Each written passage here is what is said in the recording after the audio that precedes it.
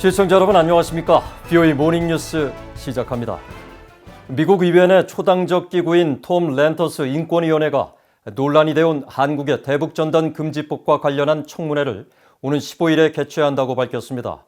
한국 정부와 여당이 적극 추진한 이 법에 대해 국제사회의 우려와 비판이 이어지는 가운데 표현의 자유 권리 침해와 북한 인권 증진 전략 등 여러 사안들이 논의될 예정입니다.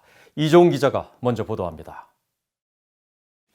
미 의회 내 초당적 인권기구인 톰 렌토스 인권위원회는 8일 홈페이지를 통해 북한 인권과 한국 문재인 정부의 대북전단 금지법 시행 등 한국 내 표현의 자유와 관련된 청문회를 개최한다고 밝혔습니다.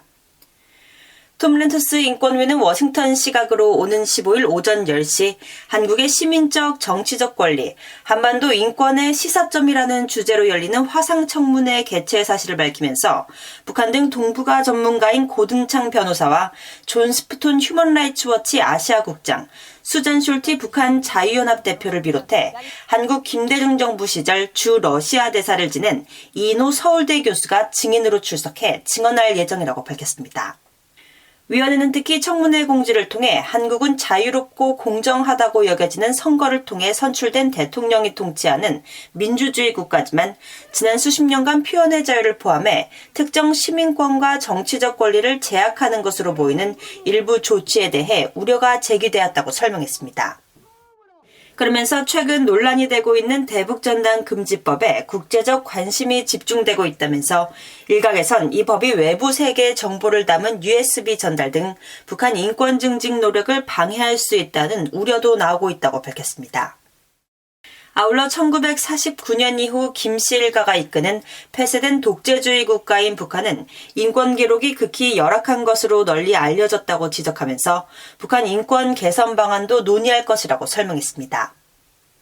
지난달 30일부터 시행에 들어간 한국의 남북관계 발전법 개정안, 일명 대북전단 금지법은 한국에서 전단을 살포하거나 대북 확성기 방송 등을 할 경우 최대 3년 이하의 징역이나 3천만 원 이하의 벌금으로 처벌할 수 있습니다.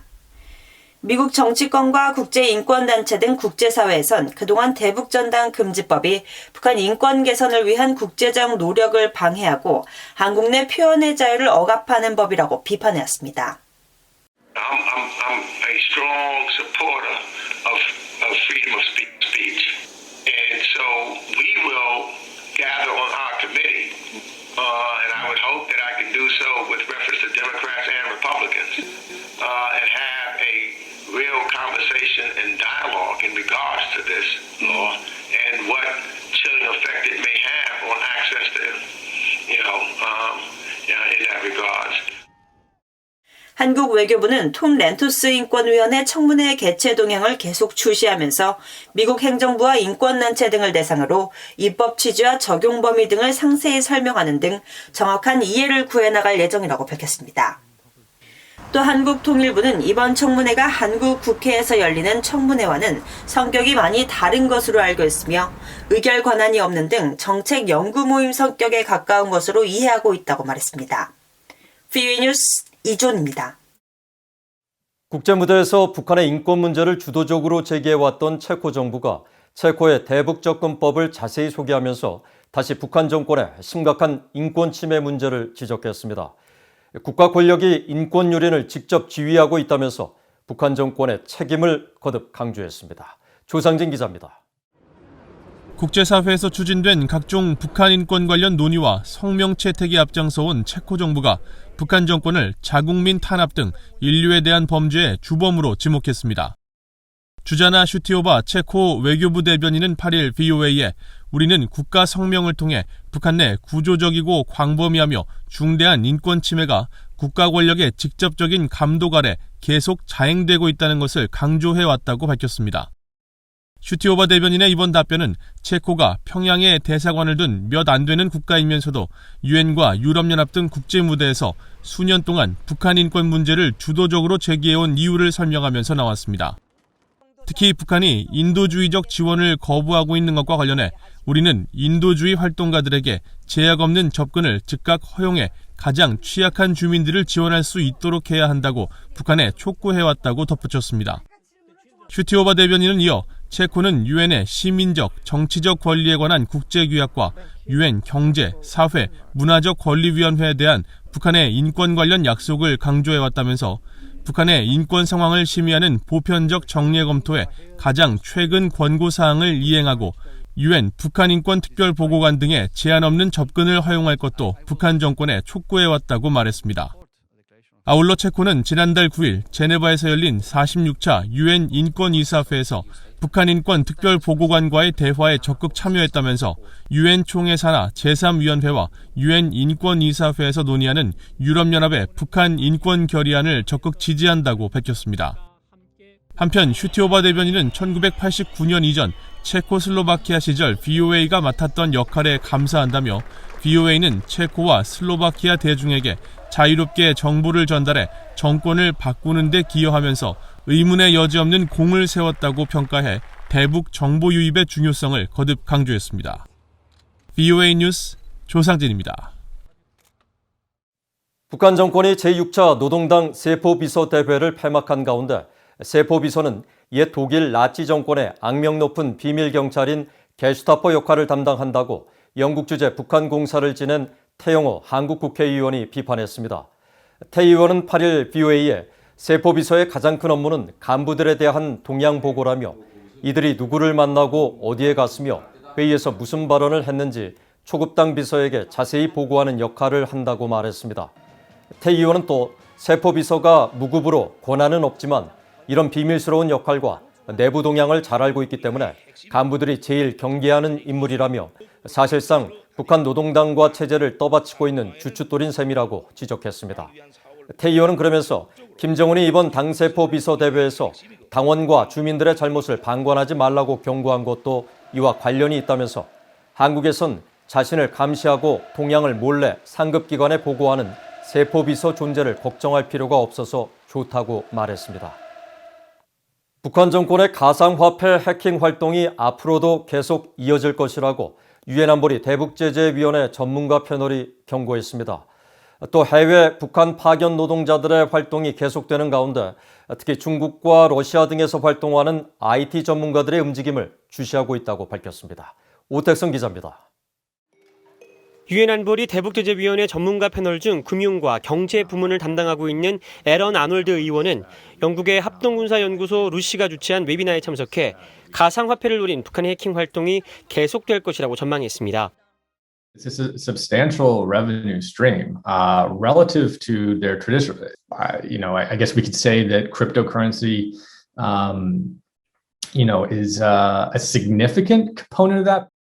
아놀드 위원은 그러면서 가상화폐 가격과 돈 세탁 역량은 북한의 해킹 동기를 제공한다고 지적하고 북한은 가상화폐 해킹 후 돈 세탁 과정을 정교화하면서 이를 성공으로 보고 계속 이어갈 것이라고 분석했습니다.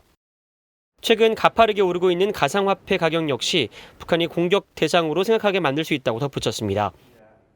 아놀드 의원은 이어 북한의 불법적인 자금 확보로 전문가 패널이 주목하고 있는 분야는 북한 해외 파견 노동자, 특히 IT 분야 파견 노동자라고 밝혔습니다. 이들은 주로 앱 개발이나 웹 스크래핑 등을 맡고 있으며 해킹 수익 자금에 비해 버는 돈은 적지만 시간이 갈수록 더 큰 네트워크를 만들어 상당한 수익을 만들어낸다고 지적했습니다. Or DPRK continues to have significant overseas labor networks. IT labor is another sort of significant area. And a lot of that, the IT labor is predominant, again, in China, East Asia, Russia, Eastern Europe.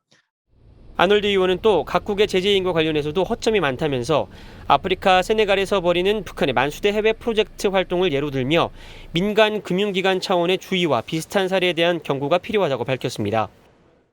They've switched to a new trading name, but they haven't quite switched the domain yet, and so they'll use their old email address on a contract, or bank, account, bank application. 아놀드 의원은 이어 현재 코로나 상황으로 인한 이동 제한 등으로 대북 인도주의 지원이 모두 중단된 상황을 거론하면서 현재 인도주의 지원단체들이 대북 제재의 영향으로 활동에 필요한 자금을 들여오지 못하는 부분에 대해 제재비 차원에서 해결 방안을 찾기 위한 논의가 이루어지고 있다고 설명했습니다. 그러면서 아직 확실히 정해진 것은 아니지만 올해 3분기까지 대북 인도주의 지원 운영과 관련한 지원단체들이 자금을 활용할 수 있도록 금융기관에서 적절한 조치를 취할 것이라고 말했습니다. VOA 뉴스 오택성입니다. 미국의 연방 하원 의원들이 미국 내 한인 이산가족 상봉을 촉구하는 결의안을 발의했습니다. 결의안을 공동 발의한 한국계 공화당 소속 영김 의원과 캐런 베스 민주당 하원 의원은 8일 보도자료를 통해 미국과 북한이 최우선 인도적 문제 해결 과제로 미국에 거주하는 한인과 북한의 가족들 간 상봉 추진을 촉구한다고 밝혔습니다. 또 미국과 북한이 상봉을 원하는 이산가족 신원을 조속히 확인해 만남을 추진해야 하며 한국 정부와도 협력해 남북 이산가족 상봉 시 미국 국적의 한인 이산가족도 참여할 수 있는 방안을 모색해야 한다고 강조했습니다.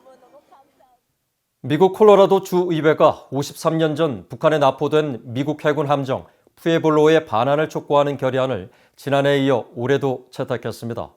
콜로라도 주의회는 지난 5일 푸에블로 반환을 북한 김정은 국무위원장과 북한 정권에 촉구하는 결의안을 지난 2016년 2월과 지난해 2월에 이어 세 번째로 주 상하원이 공동 발의에 채택했다고 밝혔습니다. 푸에블로우는 지난 1968년 1월 한국 동해 공해상에서 북한군의 공격을 받아 승조원 1명이 숨지고 80명의 승조원과 2명의 민간인 해양학자가 북한 정부에 납포돼 11개월 동안 구금되었다 풀려났습니다. 미국 연방법원은 지난 2월 북한 정권을 상대로 소송을 제기한 푸에블로우 승조원과 가족들에게 북한 당국이 23억 달러를 배상해야 한다고 판결했습니다. 이상으로 BOE 모닝 뉴스를 마칩니다. 시청해주신 여러분 고맙습니다.